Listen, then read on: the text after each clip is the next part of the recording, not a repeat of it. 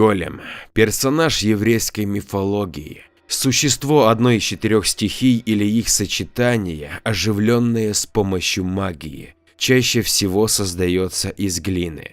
Атой тепхире золдих айсдейшен, чтобы падаль тебя задушила. Еврейское проклятие.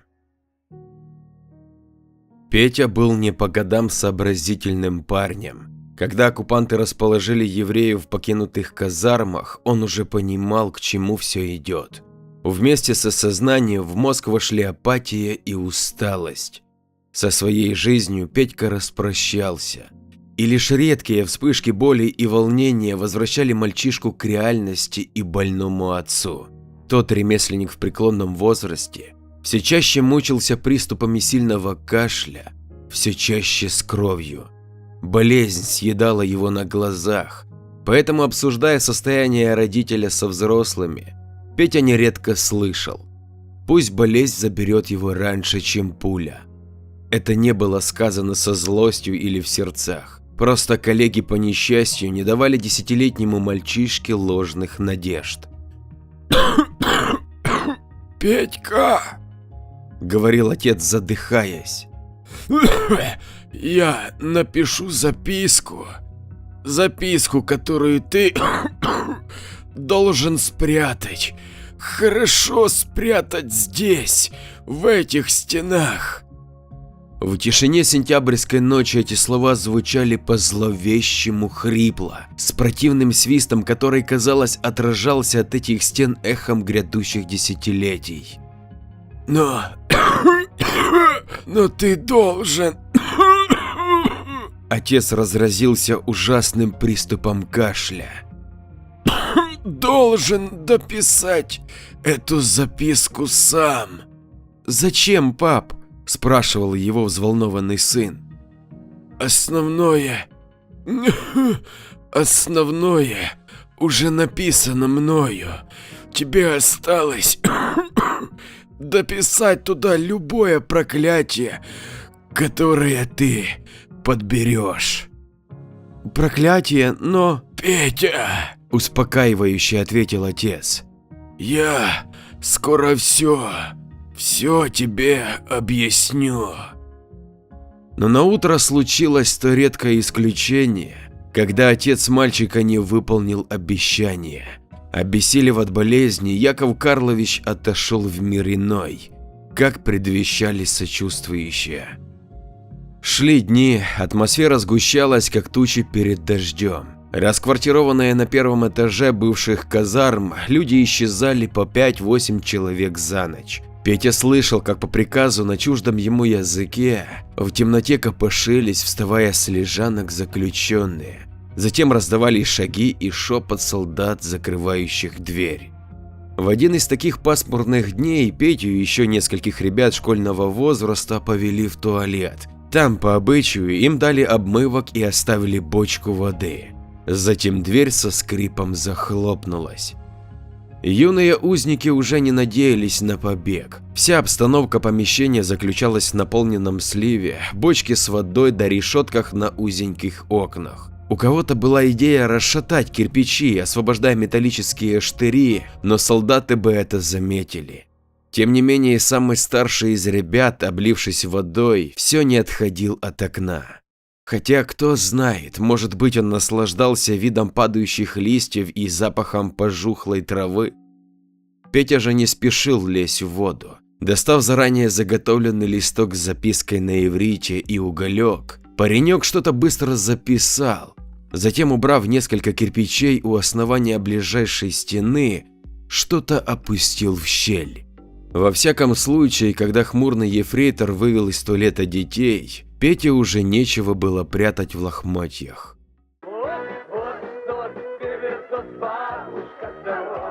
Звуки этой песни звучали в стенах казарм, перестроенных под школу не первый раз. Андрей Сидоров, отличник на раздолбай, устроившийся ночным сторожем в родную школу, начинал каждый вечер обход с любимой музыки. Дальше будут сектор газа и киш, а возвращаться от кабинета директора к туалету он затянет, подражая Летову. Гринцы, ключ переломлен пополам. На втором этаже в кабинете химии он выпьет 100 грамм заранее припрятанной водки, затем в кабинете трудов следующее. Так и пройдет очередная ночная смена, после которой, уже потрезвев, Андрей отправится на уроки. Так проходит молодость провинциального парня из настолько бедной семьи, что работа сторожем, неофициально предложенная директором, становится едва ли не спасением.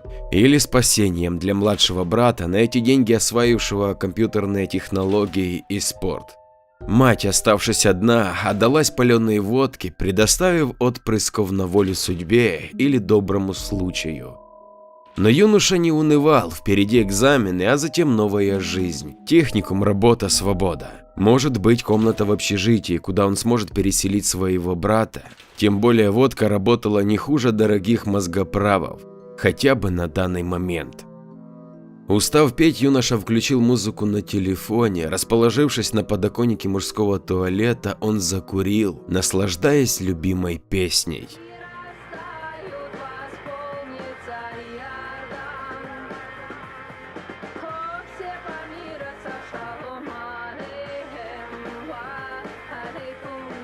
Телефон хрипло надрывался под одобрительные кивки Андрея. Вдруг внимание парня привлек звук в одной из кабинок, похож на всхлипывание пополам с бульканьем. Он в один момент пересилил музыку.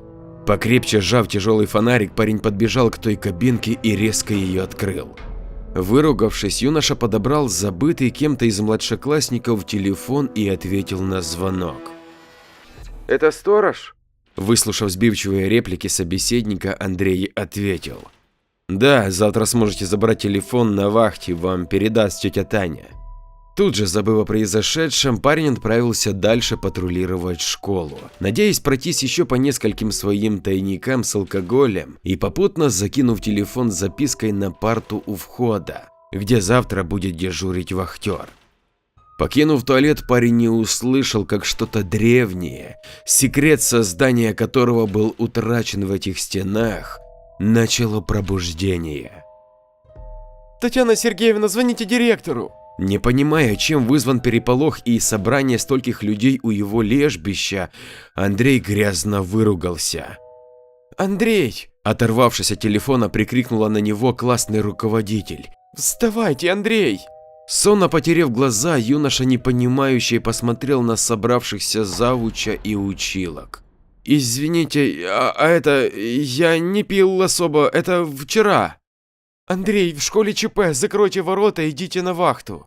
Не заметив его состояние и ругательств, взволнованно попросила Татьяна Сергеевна. «Занятия отменяются». Ничего не понимающий юноша покинул диванчик в учительской. «Блин, проспал», – подумал парень, глядя на часы. Уже 15 минут, как должен был начаться первый урок. Но глядя на царящий в школе хаос, Андрей догадался, что-то случилось, что-то из ряда вон. Учеников спешно выводили на улицы. В холле парень заметил нескольких полицейских, а из разговоров понял, что в школу уже вызвали скорую. Ситуация чуточку прояснилась через пару минут, когда перебравшийся накануне юноша направился в туалет. Вход в него преграждала тучная завхоз. Думающий лишь об очистке желудка и холодной воде, Андрей уставился на нее мутным взглядом. «Андрюша, закрой ворота, пожалуйста, скорая уже едет. Горе у нас, горе какое, скорее беги». Уже который раз за утро ничего не поняв, Андрей вырвался на улицу и блеванул на ближайшую клумбу. Увидев это, стайка стоящих неподалеку восьмиклассниц захихикала, но тут же была осаждена ругающимся трудовиком. «Ох, кобылицы, шо встали? Пшли отсюда, пшли!» – хрипло закричал тот. Подойдя к Андрею, Сергей Васильевич взял его под локоть и повел в свой кабинет, ругая тупых куриц, не закрывших сортир. Только там, выпив крепкого чая, парень начал отходить от похмелья и хотя бы что-то соображать. «Да представляешь, Андрюш, пацана-то мертвым нашли. 5 класс, горло забито комком волос и, прости господи, туалетной бумагой. Весь посинел бедный, ты видел? Ох, как понимаю, У меня самого едва не стошнило. Ладно 90-е, но сейчас такое увидеть. Распинался учитель. Услышав трудовика, Андрей едва сдерживал очередной рвотный позыв. Куда лучше было не понимать царящей вокруг суеты, чем слышать такие подробности. Следующие несколько дней прошли в относительной безмятежности, не считая скандалов пьяной матери. Андрей свыкся с тем, что до понедельника школа закрыта, и погрузился в чтение и прогулки с младшим братом. Жизнь начала возвращаться в прежнее русло. Утомительное долгое похмелье наконец-то ушло, или во всяком случае юноша на это надеялся. Обязанности завхоза не предусматривали ночных дежурств, однако Анна Сергеевна вызвалась на это сама. Уж больно надоела бессонница, а расшатанные нервы все равно не дали бы заснуть. Проходя мимо мужского туалета, женщина каждый раз вздрагивала, вспоминая увиденное. Отработав 30 лет в колонии для несовершеннолетних преступников, она считала себя непробиваемой и готовой ко всем возможным шалостям подопечных, но такого не ожидала даже она. Убийство бедного пятиклассника не шло ни в какие рамки, тем более совершенное с особой жестокостью. Но больше всего пугала неизвестность. Кто мог такое сделать, тем более за 5 минут до уроков? Какой же зверь на такое способен и как его не заметили? Но ответов на эти вопросы просто не было. Чтобы успокоить нервы, Анна Сергеевна пошла в учительскую и поставила чайник. Затем, взяв папиросу, отправилась в женский туалет, где дрожащими руками подпалила ее и немигающим взглядом уставилась в окно, точно пытаясь разглядеть что-то в сумерках. Задумавшись, пенсионерка не сразу услышала странное хлюпанье, будто что-то с присосками, мокрое и противное, но вместе с тем грузное и высокое перемещалось по туалету.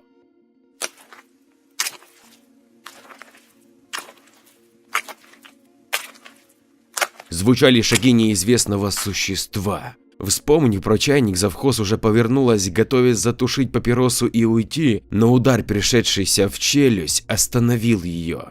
Силы удара не хватило, чтобы вырубить стойкую пенсионерку, но оказалось достаточно, чтобы дезориентировать и разбить очки. Все еще пытаясь встать с подоконника, скорее рефлекторно, чем осознанно, Анна Сергеевна получила более мощный удар. Отлетев по инерции немного назад, она ударилась затылком о стекло, оставив на нем сеть трещин и кровавую кляксу. Онемев через разбитые очки, она пыталась различить нападающего, но перед ней был лишь серо-коричневый силуэт. Удар, сломанные ребра. Слабеющая женщина попыталась выставить перед собой руку, неловко защищаясь от неведомого, но грязное волокнистое щупальце опутали ее пальцы. Затем резким рывком потянула их в разные стороны, вырывая из суставов, ломая. Удар, разбитые губы женщины издали сдавленный стон. Следующий удар пришелся по уже разбитым очкам, нагнав несколько осколков в глазное яблоко.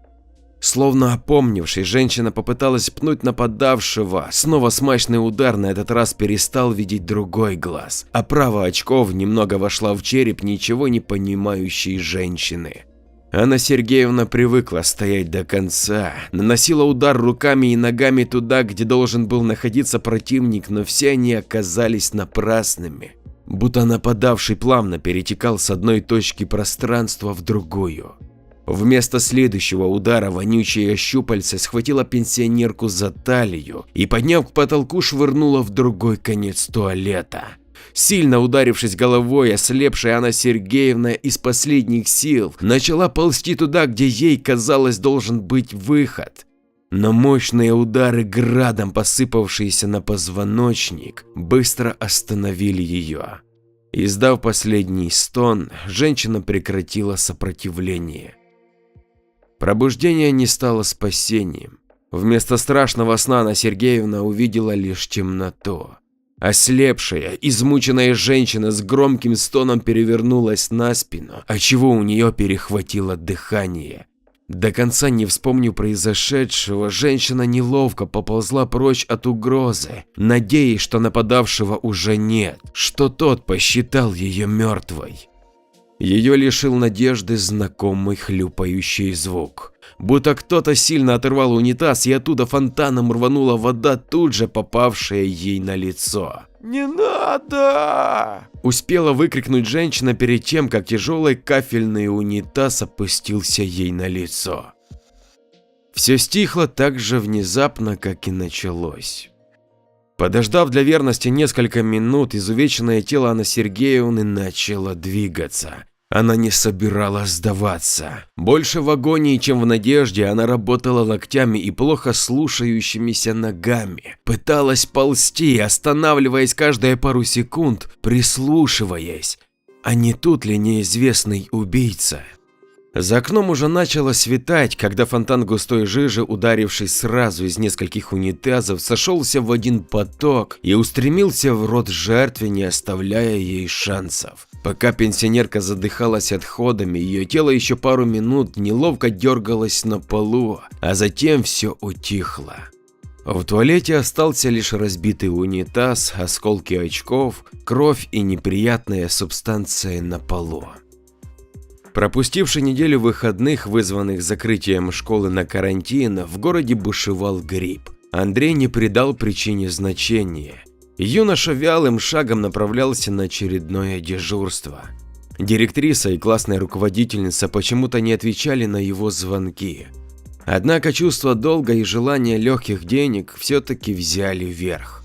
У ворот школы Андрей встретил трудовика и паренька из 8 Б, убирающих листья. Поздоровавшись, юноша уже направился к зданию школы, но его прервал хриплый голос Сергея Васильевича. «Куда прешь?» «Так дежурство же, ёпть!» – растерянно ответил Андрей. «Я тебе дам дежурство.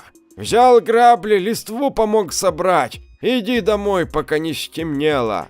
Громко скомандовав трудовик, продублировав предложение на русском матерном.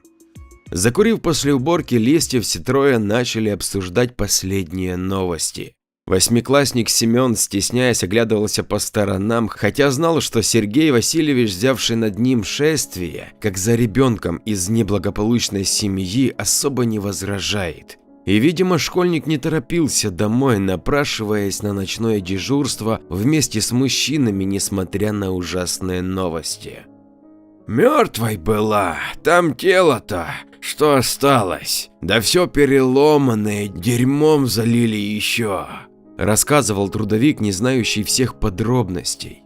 «В общем, сопля-то, сегодня лучше я сам. Да ружье взял на всякий пожарный. Хуй его знает, случай», – почти вежливо сказал он. Неизвестно, сыграла ли тут роль податость учителя или другой фактор. Но странным стечением обстоятельств все трое оказались через час под одной крышей. Андрей, выпивший уже 200 граммов водки, спорил с трудовиком, непринужденно перейдя на «ты». Да я в жопу ему ружье запихаю и там проверну. Ай, да пиздишь ты, щегол, распылялся Васильевич. Ты нашу завхозиху видел? Там ебать какой Боров должен быть, чтобы ее завалить. Увлекшись спором, трудовик и Андрей не заметили пропажи Семена. Тот, выпив водки и обильно запив ее лимонадом, захотел в туалет. Зная о произошедшем, он все равно понадеялся на удачу. Тем более их в школе трое, что может произойти? Играющие уже вторую партию в домино, Андрей и Васильевич не сразу услышали крики. Вздрогнув, оба одновременно подскочили. В руках трудовика невесть откуда появилась двухстволка, а юноша успел схватить лом. Оба тут же побежали в сторону звука, каждый сжав до боли в костяшках выбранное оружие. На ходу, выломав дверь туалета, мужчины ворвались в полную темноту. Лампочки оказались разбитыми. Из дальней кабинки раздавались всхлюпывания и сдавленный мат вперемешку с молитвой. «Семен!» – позвал трудовик. «Иди к нам! Он тут!» – взвыл испуганный школьник. «Выходи, мразь!» Полез было вперед Андрей, но Васильевич остановил его, выставив вперед ружье. «Кто бы ты ни был, гнида! Пизда тебе, сука!» – выкрикнул он. После крика из темноты раздалось что-то напоминающее выстрелы. Затем по бокам, сверху, снизу от мужчины плитка начала трескаться, крошиться и вылетать, словно выбиваемая пулями или дробью. Быстро среагировавший Андрей успел выпрыгнуть из туалета, осыпаемый кафельной крошкой. «Стоять, сука, руки за голову, еблом в пол!» — кричал трудовик, по щекам которого вовсю хлестали осколки от выстрелов. Из-за шума никто не расслышал быстрых шагов, но зато все услышали выстрел дуплетом. Тот жутким эхом прошелся по пустующим этажам школы. Скуля, как побитый пес, Сергей Васильевич выполз к Андрею на свет. Оба дрожа уставились на темный проем туалета, ожидая увидеть все, что угодно. Но вместо этого к ним, пошатываясь, вышел Семен, зажимая руками живот, куда попал Васильич из обоих стволов. С трудом сделав шаг, школьник противно булькнул, выпустил изо рта кровавую слюну и повалился на пол. Создателей голема можно назвать первыми программистами. Используя свои знания, стоящие на стыке науки и магии, те создали ужасный, но действенный алгоритм. Нежить, подобную монстру Франкенштейна, собранная мастерами из доступных ингредиентов, существовала лишь для того, чтобы выполнить волю хозяина. Волю, заданную сформулированной в заклинании командой и эмоцией ненавистью. Проклятие, понятое чудищем буквально, побуждало его убивать любого, кто оказался на его пути. Неизвестно, что заставило голема проснуться спустя столько лет. Случайно услышанная записка с заклинанием, слова на иврите из песни, какая-то последовательность действий или же круглая дата. Да и важно ли это теперь? Чудище, собранное из строительного мусора, сбываемого в туалет, из волос, стоящих комов канализации, из самых неприятных и смрадных субстанций, было самоорганизованным. Оно могло менять форму, протекая по самым узким трубам, а могло наоборот затвердеть, деформируя конечности до нужной плотности и длины. Могло растекаться на сотни луж или собираться воедино, являя миру доказательства легенды о големе. Могло швырнуть бездыханное тело ученика 8 Б вглубь туалета, запирая внезапно появившимися щупальцами шокированного трудовика в ближайшей подсобке. Могло следовать за убегающим на второй этаж школы Андреем. Оно могло практически все, разве что не умереть. Пока записка, тот заветный клочок бумаги, вдохнувший в него подобие жизни, был цел. Прихрамывая, голем двигался по школьному коридору. Ноги, собранные из строительного мусора, гулко стучали по паркету. Несколько щупалец из волос и отходов сканировали пространство. Ему не нужно глаза, нос. Последний, особенно иначе чудовище умерло бы от собственного зловония. Ему не нужны эмоции, кроме заложенной мальчиком ремесленника ненависть. Ему не нужны даже жертвы. Будь у голема хотя бы подобие воли, он бы попросту растворился в канализации, но программа, вложенная проклятие, вынуждала следовать ей. Когда все существование – лишь выполнение заданных алгоритмов, нет места другим эмоциям, мыслям, всему тому, что могло бы породить его с человеком. Несколько раз щупальца неведомым образом удлинялись, становились толще и крепче, готовясь к атаке. Голем остановился у кабинета химии. На мгновение школа затихла. Затем из кабинета раздался нечеловеческий крик. Один за другим в монстра полетели горящие колбы, как коктейли Молотова. Они бились о проем, стены, пол голема, озаряя коридор пламенем. Андрей, израсходовав реактивы, оказался в ловушке. Чудовище полыхало, но не подавало вида, по-прежнему переграждая единственный выход.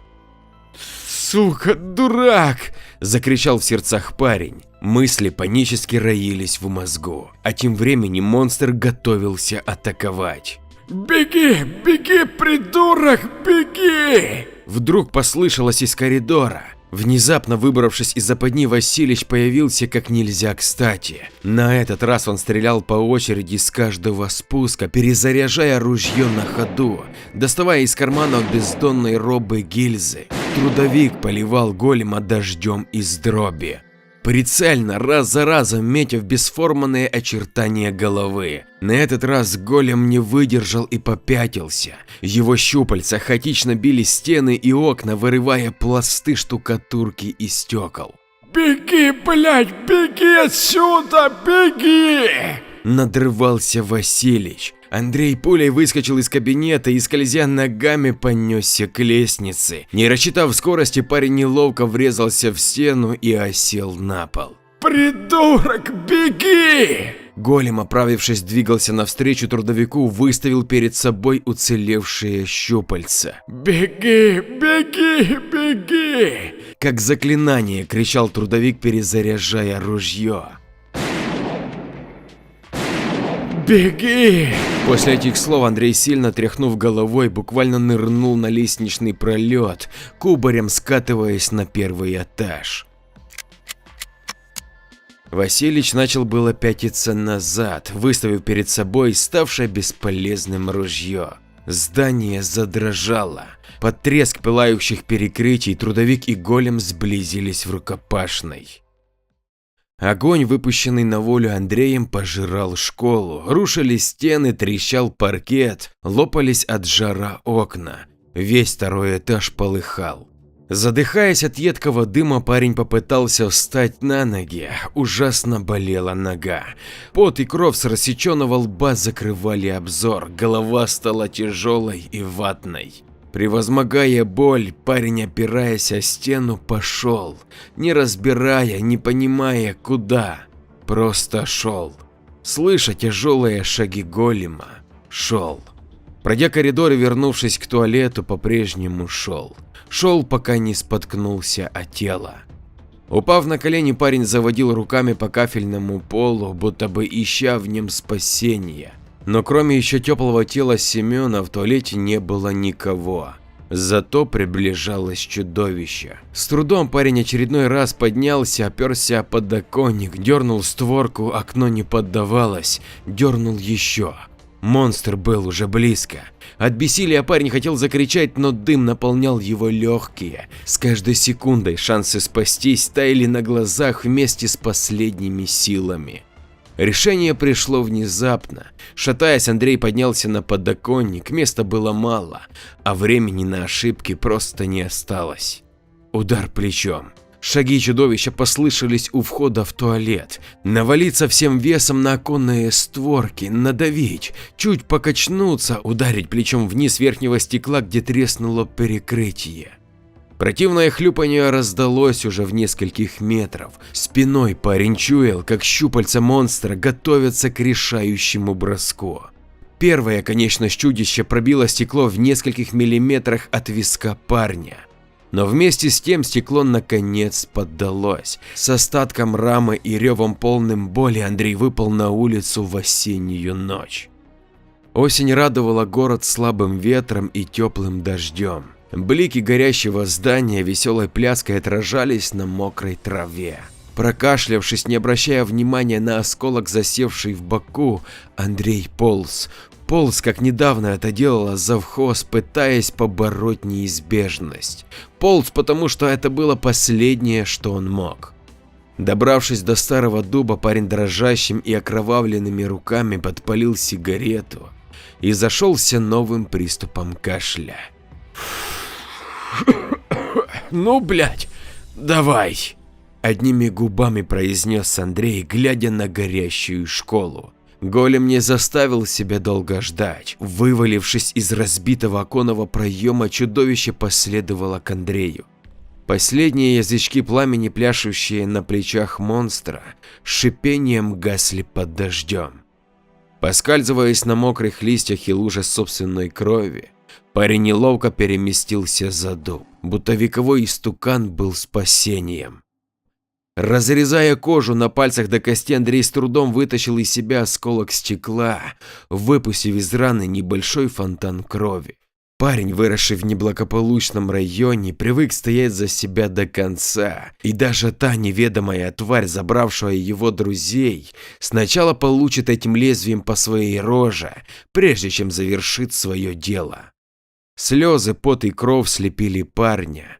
но тот скалился, выставив перед собой импровизированное оружие. Всего лишь жалкий клочок. Бумажка, исписанная неровными письменами на иврите и проклятием испуганного мальчика. Такая мелочь, но такие запоздалые и невинные жертвы. Могли ли знать умирающий еврей, ремесленник и его 10-летний сын, что их действия приведут к этому? Разумеется, нет. Чудовище, созданное их ненавистью и страданиями, не пришло на помощь в нужный момент. Не пришло, когда обессиленное тело мальчика выкинули в канаву с водой, где тот захлебнулся от того же сентябрьского дождя. Не пришло и когда стоящее на этом месте молодое деревце стало могущим дубом. Не пришло, когда после войны в здании бывших казарм зазвучал звонкий смех первоклассников. Зато Голем знал, когда уходить. Догорающая записка с проклятием лишила мифическое создание сил. На глазах теряющего сознание Андрея чудовище дрогнуло, а затем под струями дождя развалилось. Огонь сделал свое дело, проникнув в каждую щель здания. Все было кончено. Школьный двор наполнили звуки дождя, догорающие развалины и хриплое дыхание улыбающегося Андрея. Ну что ж, если ты досмотрел этот ролик до конца, то он действительно был для тебя интересен. Прошу тебя потратить еще буквально 20 секунд времени для написания комментария, ведь только твоего мнения или просто смайлика не хватает для продвижения. Кто, как не ты, поможет мне в этом? Предлагаю тебе посмотреть еще какой-то ролик из представленных, а я побежал пилить для тебя новый рассказ. Жму руку тебе, бро, а если ты девочка, то крепко обнимаю. С уважением, твой Андрей.